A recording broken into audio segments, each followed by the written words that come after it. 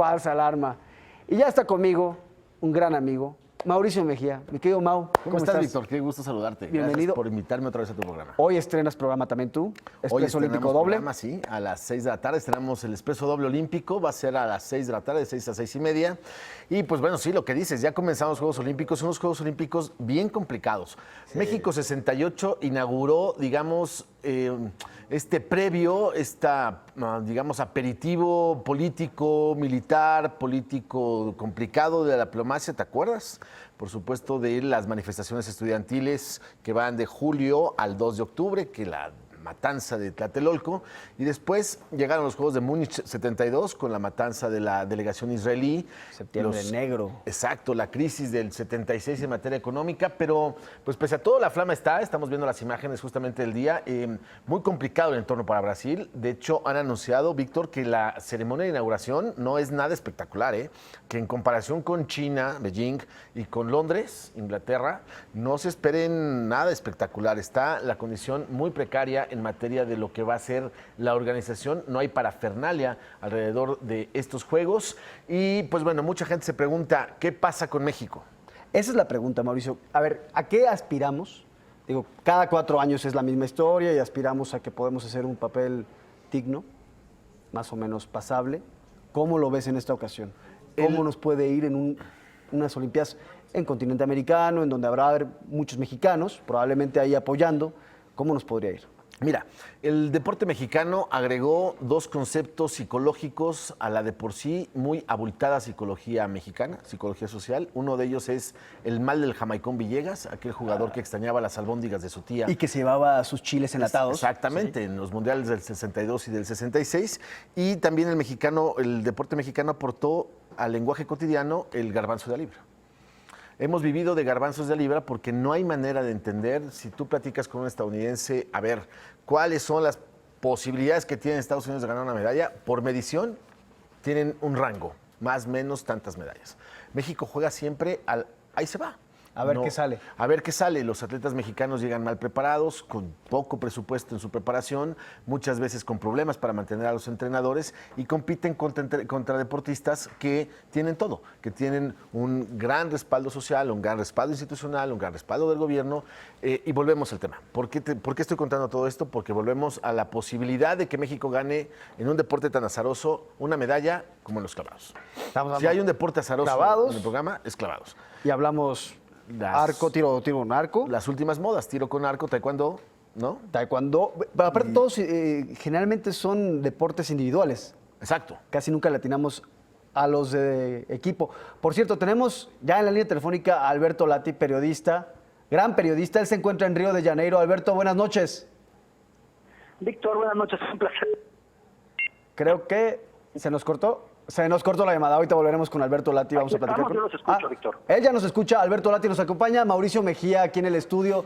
Alberto, ¿qué es lo que estás encontrando allá en Brasil previo a la inauguración oficial de los Juegos Olímpicos? ¿Realmente hay un ambiente animado de cara a esto? ¿O estamos hablando de que está muy fuerte la tensión, la politización, el tema Dilma Rousseff? ¿Cómo lo estás percibiendo tú?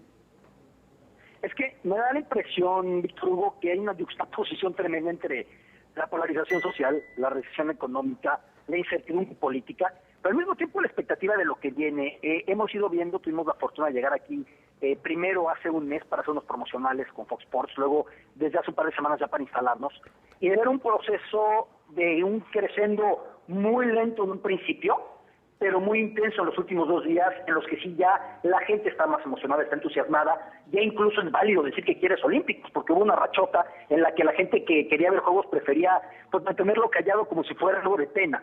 Es un momento complicado para Brasil, pero al mismo tiempo Brasil entiende que el viernes estará orgulloso de una gran ceremonia de inauguración que va a proyectar nociones de su país muy interesantes de compromiso social, de conciencia ecológica, que ya irán entendiendo, ojalá os puedan acompañar en las transmisiones, Víctor Hugo, y es un público que tiene para cada deporte una manera diferente de aproximarse. Entonces no es un mundial, son más bien 28 mundiales que encontrarán los brasileños cómo atenderlos en solamente 2 semanas y a disfrutarlos o meses o incluso años muy complejos para Brasil. Alberto, te saludo con mucho cariño hasta Brasil. Soy Mauricio Mejía. Tú que has tenido la oportunidad de fomentar las latitudes, como las llamas. Me parece que en este momento Brasil sí puso en aprietos. Hemos sabido desde Seúl 88 que las condiciones de seguridad económicas pueden complicar la celebración de los Juegos, pero me parece que Brasil se acercó mucho al fuego. Sí, por supuesto, Mauricio, un placer darte también un fuerte abrazo. Atenas 2004 estaba marcado como el máximo parámetro en cuanto a demoras y problemas. Hubo allí problemas hasta porque aparecían piezas arqueológicas en excavaciones para hacer estadios, o en el complejo del Liceo que surgían bombas no detonadas de la Segunda Guerra Mundial. Aquello era lo peor que había podido pasar. Eso en cuanto a Juegos de Invierno, Sochi lo llevó a otro extremo porque Sochi también tuvo muchas complicaciones, tienen otro tipo de repercusión y quizá por eso no se mencionó tanto. Y ahora Río, que ha ido batallando de muchas maneras, pero es importante voltear a entender lo que era Brasil en 2009. Cuando me gusta mucho repetir, Mauricio, a quién se impuso en la elección del COI, que era Chicago con un Barack Obama recién ungido Premio Nobel de la Paz. Era Madrid antes de la eurocrisis y el desempleo consiguiente. Era Tokio con la vanguardia y el know-how sinónimo de Japón. Y llegó Río y se los quitó con un discurso de Lula de justicia. ¿Y cuál era el discurso de justicia? Decir, ¿por qué el sur del mundo no puede tener unos Juegos Olímpicos? Lula convirtió un asunto que era de solamente cariocas en un asunto de todos los brasileños, de todos los sudamericanos, e incluso de la gente de la India, del sureste asiático, de África, que nunca habían tenido unos Juegos Olímpicos. Fue lo que consiguió Lula para ganarlos, y Brasil ha cambiado mucho en estos años, evidentemente. Alberto, precisamente tú percibes que hay una especie de orgullo en materia de que se le dan estos Juegos Olímpicos al tercer mundo, a Latinoamérica, a un país en vías de desarrollo. ¿Sí percibes que hay este discurso ahora de tratar de defender estos Juegos como los Juegos de los países que no somos ricos finalmente? Y es que al mismo tiempo me parece que es imprescindible entender el carácter del brasileño, que es no quedarse callado para lo bueno y para lo malo. Me llama mucho la atención que viendo un libro de un viajero inglés que vino por estos rumbos hacia el siglo XIX, él decía, estos se paran en el transporte público, o en la calle, o en el campo a gritar lo que creen y lo que no creen. Y Brasil de alguna manera tuvo ese tipo de grito en relación a lo que venía aconteciendo con el despilfarro por los medicamentos deportivos, con el poner en segunda instancia las prioridades en cuestiones médicas y de educación, pero creo que al mismo tiempo eso es parte del orgullo brasileño, de las ganas de que el país esté mejor, y el viernes van a estar muy orgullosos, me da la impresión, de cómo se está planteando esta apertura. Fíjate que viendo las imágenes, Alberto, y recordando un poco, hay analogías y muchas diferencias entre la designación de México en 1963 en Baden-Baden, Alemania, donde México obtiene la sede de los Juegos Olímpicos del 68, cuestionamientos sobre las instalaciones, la altura, la contaminación de Ciudad de México, de las principales delegaciones olímpicas. Aún así, México presenta el álbum blanco, el libro blanco, en donde sí hay un proyecto nacional en el que se había reflejado los Juegos Olímpicos, diría Octavio Paz, como el México que empezaban a hacer. Yo creo que lo que está pasando con Brasil es que la gente que están haciendo es justamente la gente de la protesta. Es que además yo puedo o me atrevo a diferenciar los procesos de concesión de sedes en tres periodos. El primero, cuando era consensuado, no había muchos que los quisieran, y fue el caso de México. No, había tres candidatas, pero finalmente solamente uno fue porque era una época en la que se buscaba conciliar para llegar con decisiones unánimes, lo cual permitía tener una mayor unidad o armonía en el trabajo del COI.